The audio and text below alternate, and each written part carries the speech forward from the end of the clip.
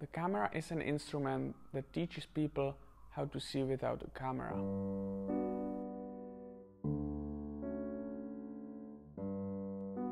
Hello photography fans, it's Martin from All About Street Photography channel, and today I would like to talk about an American photographer and photojournalist, Dorothea Lange. An amazing photographer who we have so much to learn from. So, let's get started.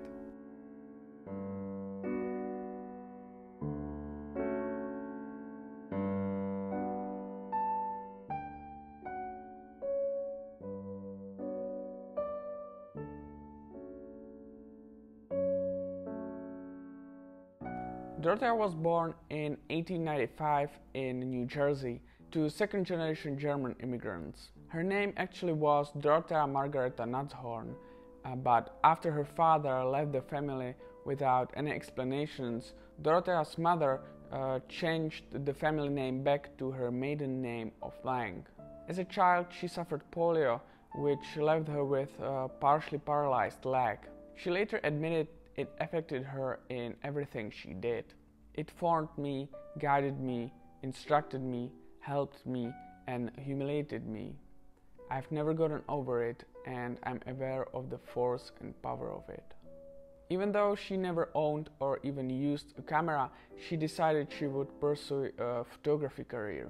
She attended photography classes at Columbia University and also learned photography in several photography studios in New York. She learned the developing of negatives, printing and retouching there.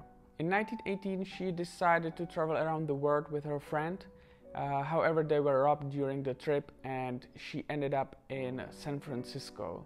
Thanks to her experience, she was able to find a job in a local lab retouching portraits. It was actually thanks to this job she found an investor for her portrait studio, where she spent next 15 years. But the Great Depression in the 30s made her leave her job to document the effects of the crisis, such as homeless and unemployed people standing in line for bread.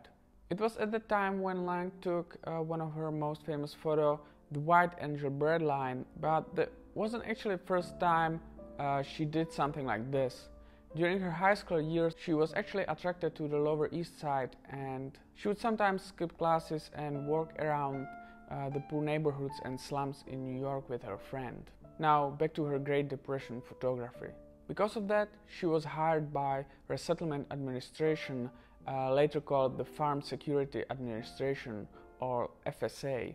That was created to relocate the families that were struggling during the times of the Great Depression to government's land and to try to help people who were hit hardest by the crisis.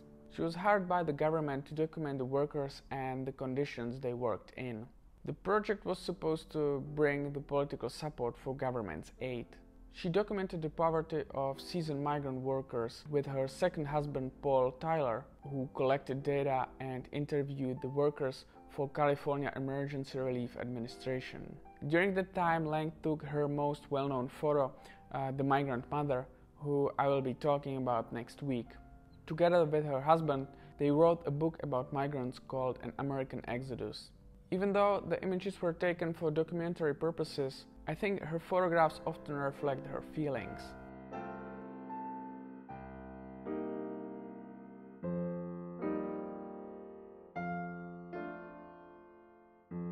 One technique or style we can see recurring in her photographs is the point of view she shot the photos from. Oftentimes she shot from a lower point of view than those who she photographed.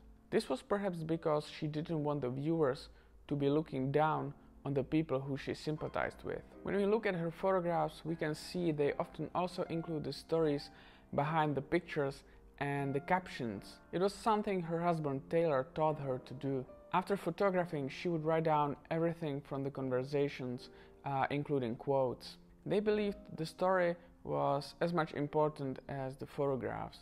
I think it is actually very important in photography, because without context we wouldn't be able to understand the photos and what impact they had. During the war, she documented the internment of Japanese Americans. Franklin Roosevelt signed an executive order to send anyone who can be seen as potential threat to the internal camps. Any person with at least 1/64 Japanese ancestry was sent to the camps, even though no such relocation was required for German or Italian Americans.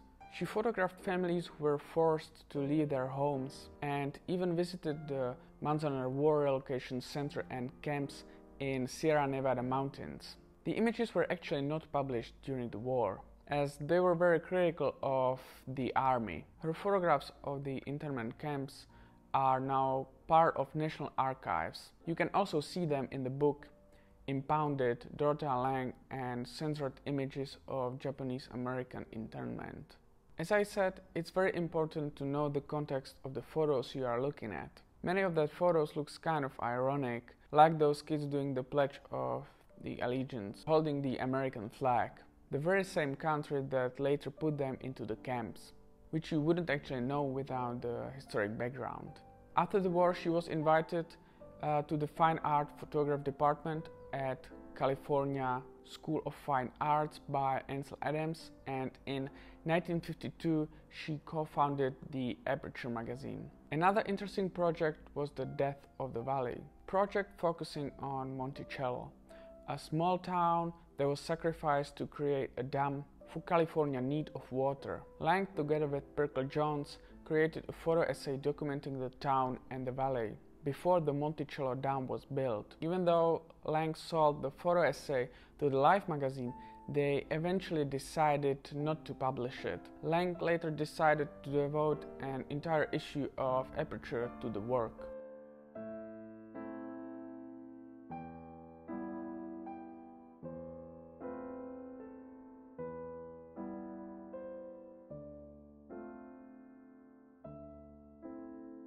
Lange died at the age of 70 in 1965 in San Francisco. 3 months after her death, Museum of Modern Arts in New York held a retrospective of her work, which she actually helped to curate before she died.